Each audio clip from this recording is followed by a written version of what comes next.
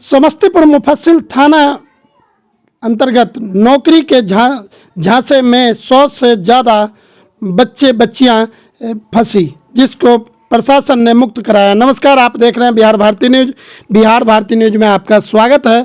समस्तीपुर जिले के समस्तीपुर मुफस्सिल थाना अंतर्गत बच्चे बच्चियों को नौकरी के झांसे में लगभग 100 से ज़्यादा बच्चे को मुक्त कराया गया। बाद में सभी को मुफस्सिल थाना द्वारा मेडिकल जांच के लिए सदर अस्पताल भेजा गया है। बहुत सारे बच्चों को जो बंधक बना के रखा गया था, पूरा क्या मामला क्या कुछ कर दिया? एक सूचना मिली थी कि गेलवे प्राइवेट इंडिया लिमिटेड कंपनी है, जो इसका कार्यालय नगर थाना में है, और उनके कुछ बच्चों को रख करके और काम इस ट्रेडिंग में कराया जा रहा है। इसको सूचना संग्रह किया गया और एक टीम बनाई गई, और इस टीम के तहत रात में छापामारी किया गया। इस कंपनी के जो स्टाफ हैं उसमें लड़के मिले हैं जो नाबालिग दिख रहे हैं, और उनके माध्यम से जो ब्लॉकचेन का ट्रेडिंग है वो काम चल रहा था, और प्रोडक्ट का बेचने का जो एक नेटवर्क है उससे बनाया जा रहा था। तो कंपनी सही पाई गई, लेकिन जो बच्चे मिले हैं उनको रेस्क्यू किया गया है, और वो मुफस्सिल थाना में प्राथमिकी दर्ज की जा रही है कि नाबालिग बच्चों के साथ बच्चे भी हैं और बच्चियां भी हैं। उनकी विधिवत जांच की जाएगी मेडिकल, उसके बाद उसके गार्जियन को सुपुर्द किया जाएगा। इसमें चाइल्ड वेलफेयर की जो टीम है वो कार्य कर रही है, और जो बालिग लड़के मिले हैं उनसे पूछताछ कर करके उनका नाम पता का सत्यापन कर करके उनका अभिभावक को सुपुर्द किया जाए। कितने बच्चे को रेस्क्यू किया गया? अभी तक जो बच्चे हैं कल 100 के आसपास मिले थे, लेकिन बच्चे की संख्या जो है ये 29 के आसपास है, जिसमें बच्चियां भी हैं और बच्चे भी हैं। लेकिन मेडिकल जांच के बाद यह स्थापित हो पाएगा कि उसमें बच्चे कितने हैं। चाइल्ड जो पीड़ित है उनका कहना है कि वो सरकारी नौकरी का झांसा देकर के उन लोग को बंधक बना के रखा गया था। अभी तक जो बच्चे से पूछताछ की गई है, इस तरह की बात प्रकाश में नहीं आई है, क्योंकि ये सरकारी नौकरी का कार्यक्रम नहीं है। ये प्रोडक्ट बेचने का कार्यक्रम है, ट्रेडिंग करता है। ये जो कहीं से अगर मामला सूचना आई है उस अगतरत अनुसंधान में भी उसको लाया जाएगा।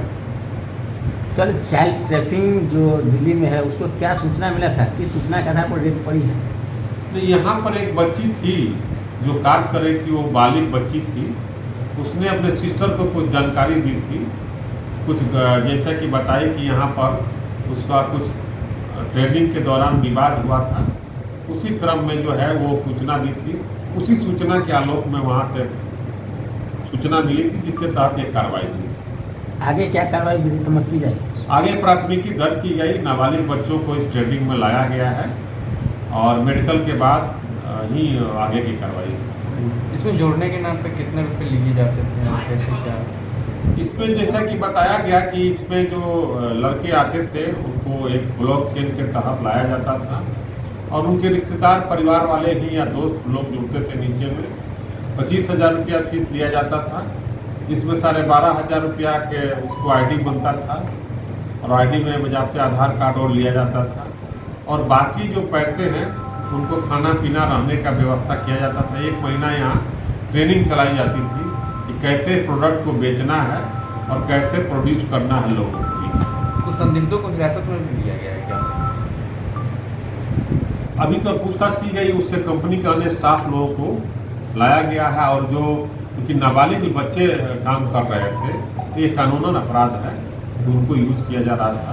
तो नाबालिग बच्चे इसमें मतलब उनका रेस्क्यू किया गया है, जो लोग पकड़ाए हैं तो उनके परिवार वाले को सुपुर्द किया जाएगा। कानूनी कार्रवाई होगी इसमें? हाँ, निश्चित रूप से कार्रवाई होगी। जो नाबालिग बच्चों के साथ जो कंपनी के अन्य लोग काम कर रहे थे उनके विरुद्ध कार्रवाई होगी।